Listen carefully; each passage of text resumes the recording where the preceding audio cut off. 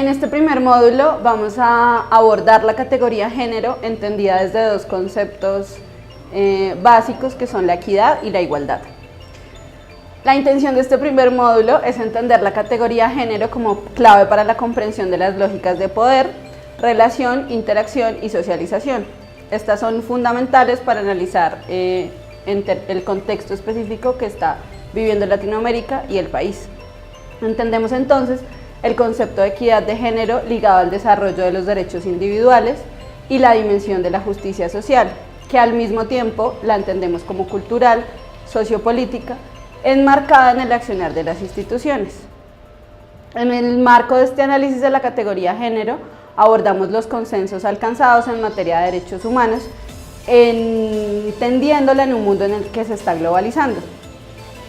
Esto se expresa en la Declaración del Milenio en el año 2000, cuando los estados, parte de las Naciones Unidas, apoyan los esfuerzos encaminados al respeto de los derechos humanos y las libertades fundamentales, es decir, el respeto a la igualdad de todos los derechos.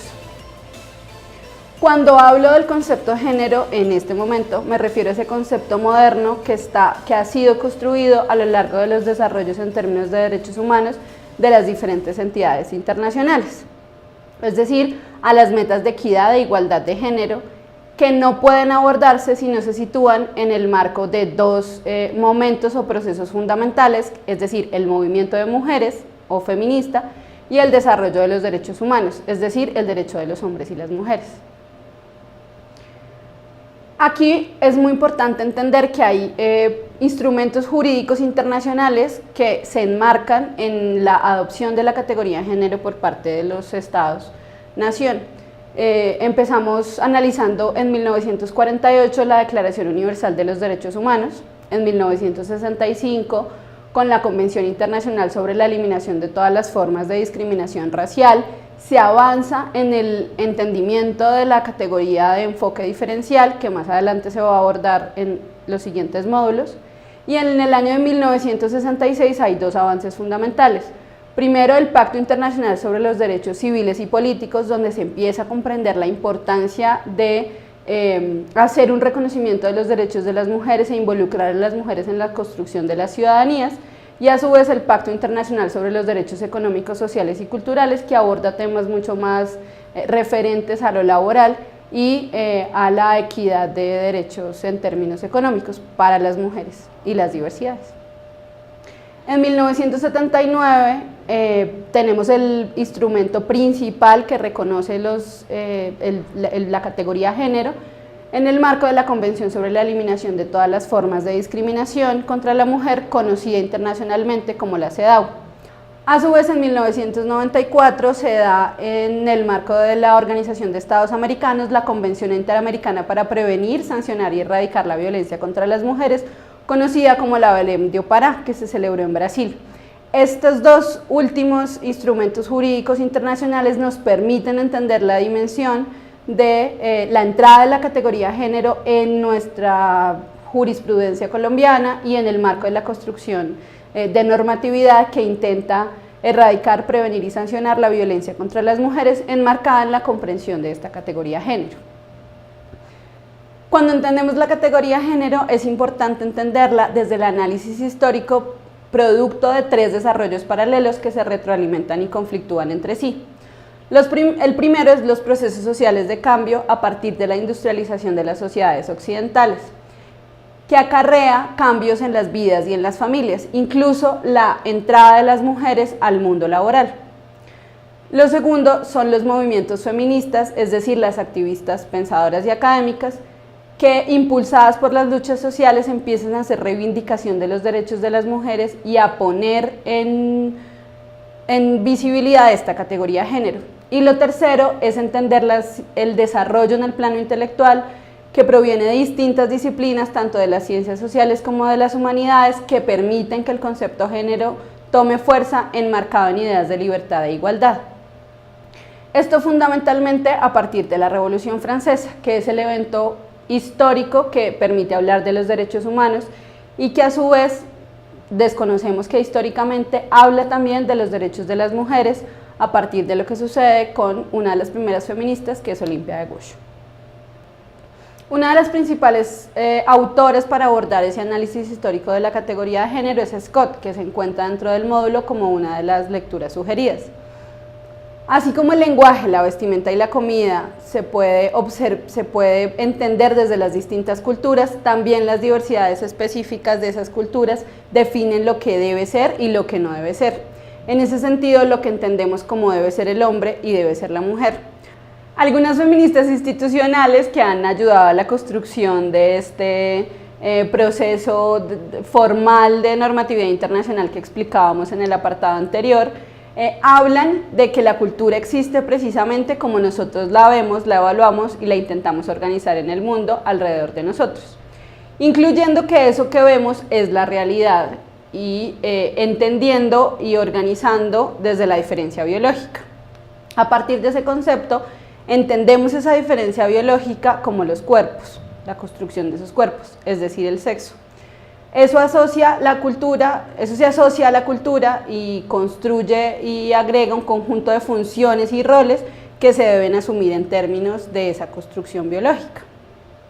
Así hablamos de los estereotipos de lo que se debe ser, que más adelante en el siguiente módulo vamos a profundizar. Esto permite que se formen modelos hegemónicos que determinan distintas cosas como la división del trabajo, en términos de lo que podemos hacer las mujeres y lo que pueden hacer los hombres.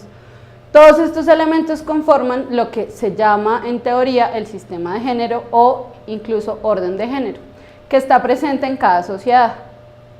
Y eso establece diferencias, desigualdades y estructuras de privilegio entre esos géneros, es decir, lo que se construye como femenino y lo que se construye como masculino.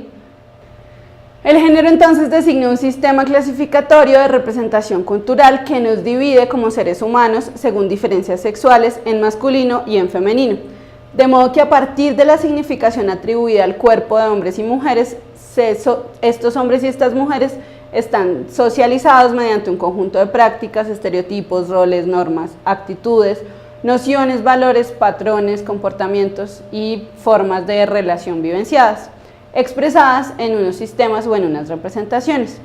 Cuando abordábamos el tema de lo hegemónico, es muy importante entenderlo en el marco del modelo occidental, de lo que se llama modelo occidental predominante de la identidad de género, es decir, lo que debe ser. Aquí abordamos tres categorías fundamentales o tres conceptos fundamentales que nos permiten entender esa construcción del género. El primero es los roles de género, el segundo son los estereotipos de género y el tercero son los espacios definidos en el marco de esos roles de género. Cuando hablamos de los roles de género, hablamos de lo que entendemos que está atribuido a las mujeres, es decir, género femenino, y a los hombres, es decir, género masculino. Entonces a las mujeres les hemos atribuido el trabajo reproductivo, el trabajo no remunerado, el ser madres, el ser esposas, es decir, el ser un objeto en razón a otros. Y a los hombres les hemos atribuido el trabajo productivo, el trabajo remunerado, el ser proveedores, es decir, es el ser sujetos para sí. Esto se enmarca en dos espacios definidos. Para las mujeres está la esfera del cuidado, es decir, lo privado, la esfera doméstica. Y para los hombres está el mercado, es decir, la esfera pública, lo que conocemos como cultura. Esto nos genera el análisis del siguiente concepto, que es los estereotipos. Cuando hablamos de los estereotipos, hablamos de las mujeres, es decir, el género femenino, asociado a la dependencia, a la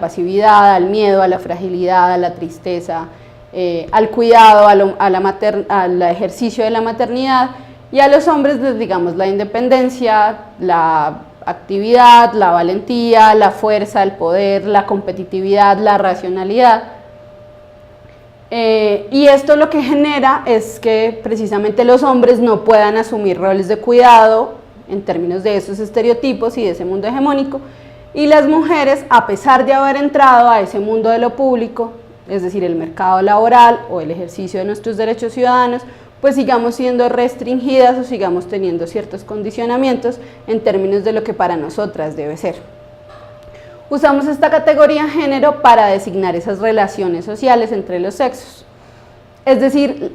vuelvo y reitero, la forma de denotar esas construcciones culturales, que es una construcción netamente social a partir de la apropiación de esos roles. Como lo aborda Scott, que es una de las principales autoras que vamos a leer en este módulo,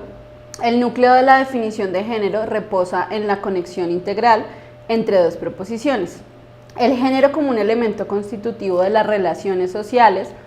basadas en las diferencias que distinguen los sexos, y el género como una forma primaria que determina las relaciones de poder, es decir, la imposición entre un género y el otro, comprendiendo desde 4 elementos que se interrelacionan. El primero son los símbolos que culturalmente se han construido en términos de lo que son representaciones, que usualmente son contradictorias, como en la religión católica o cristiana Eva y María, o símbolos de la mujer tradicional cristiana occidental, pero también en símbolos como lo que es la luz y la oscuridad, la purificación y la contaminación, o la inocencia y la corrupción. El segundo son los conceptos normativos que ligan a esos símbolos a ciertas instituciones, es decir, la religión, la educación, la moral y otras instituciones y otros símbolos que conocemos dentro de nuestra sociedad.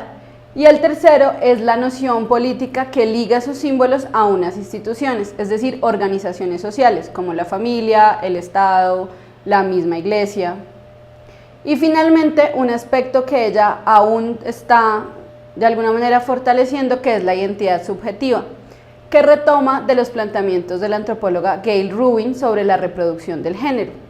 es decir, la transformación de la sexualidad biológica de los individuos a medida de que van entrando en esa cultura que determina lo que se debe ser y lo que no se debe ser. Entonces vamos a abordar el concepto de equidad de género entendido como el cruce de otras categorías. Para entender la equidad de género hay que hablar de la diferenciación social, de la etnia, de la raza, de la clase social, de la generación, es decir, de la edad, de la ubicación dentro del orden global, es decir, de los asuntos geográficos, y esto implica que se haga un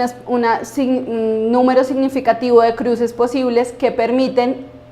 de alguna manera articular esas distintas desigualdades sociales y que nos lleva a entender ese orden social construido dimensionando nuestra cultura latinoamericana, entender lógicas como la pobreza, que está abordada en otro de los documentos que se abordan en este módulo, entender cómo se feminiza esa pobreza, cómo las mujeres somos más pobres en razón de esas lógicas de desigualdades y en razón de esa hegemonía que explicábamos más arriba, y entender los roles a los que nos estamos refiriendo. Entendemos así el concepto de diferencia, ligado a 4 temas fundamentales: las diferencias entre los hombres y las mujeres, es decir, las relaciones entre los géneros; las diferencias entre los mismos géneros, es decir, intragenéricas, si podemos nombrarlo así; la diversidad o las diferencias que existen al interior de cada género, como las relaciones entre esos distintos géneros; y finalmente el origen étnico, religioso, cultural y el nivel socioeconómico. Así podemos entender esa categoría diferencia y hablar de la categoría equidad, entendiendo la equidad como una vía, es decir, como un discurso que nos permite hablar de la noción de las mujeres como sujeto de derecho, con la aparición de nuevos ámbitos que son objeto de protección de derecho, esa idea de justicia de género que conocemos internacionalmente, y la concepción moderna de personas en términos de la ciudadanía, entendiendo la ciudadanía vinculada a 3 elementos claves: la pertenencia a una comunidad y a los intereses de esa comunidad, la existencia de sujetos o sujetas conscientes de sus derechos y activos en una vida política, con una libertad para ejercerlos, y los derechos y las responsabilidades que ponen en juego su interacción en términos de lo público. Abordamos así los debates sobre igualdad, equidad y diferencia, entendiendo estos en el marco de la justicia de género, las diversidades culturales y superando esos esencialismos de los cuales se construía esa categoría género. Estos conceptos de equidad, igualdad y diferencia han sido transversales en la construcción teórica de los movimientos feministas. Desde finales de los 60 hasta los años 90, se destacan 3 fases fundamentales de ese feminismo que nos permiten entender ese concepto de equidad y ese concepto de igualdad. Primero, la diferencia de género. Segundo, la diferencia entre las mujeres y finalmente la diferencia de las múltiples diferencias que se intersectan para entender esa categoría de género. Este concepto de diferencia es transversal a lo que hemos conocido históricamente como las olas del feminismo, que lo que han desarrollado en términos del debate es que no se resume la igualdad de género en términos de igualar la participación entre los hombres y las mujeres en los distintos ámbitos e igualarlos en términos de la distribución de los recursos, sino que tiene que ampliarse a la igualdad de los resultados y a considerar esto sin esa condición reproductiva de las mujeres que las liga al rol de lo privado. Por ende, hay situaciones que es necesario no solo igualar en términos de las oportunidades, sino plantear de una forma distinta desde otro punto de partida, ¿sí? Resulta mucho más fácil utilizar la noción comprensiva de equidad de género y partir no desde que los hombres y las mujeres sean iguales, sino desde la comprensión de las lógicas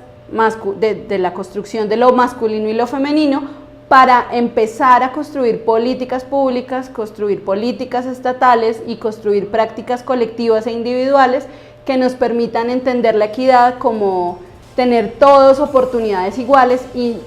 no necesariamente condiciones iguales, sino las mismas posibilidades de acceder a ese mundo global que nos enmarca esta categoría de género.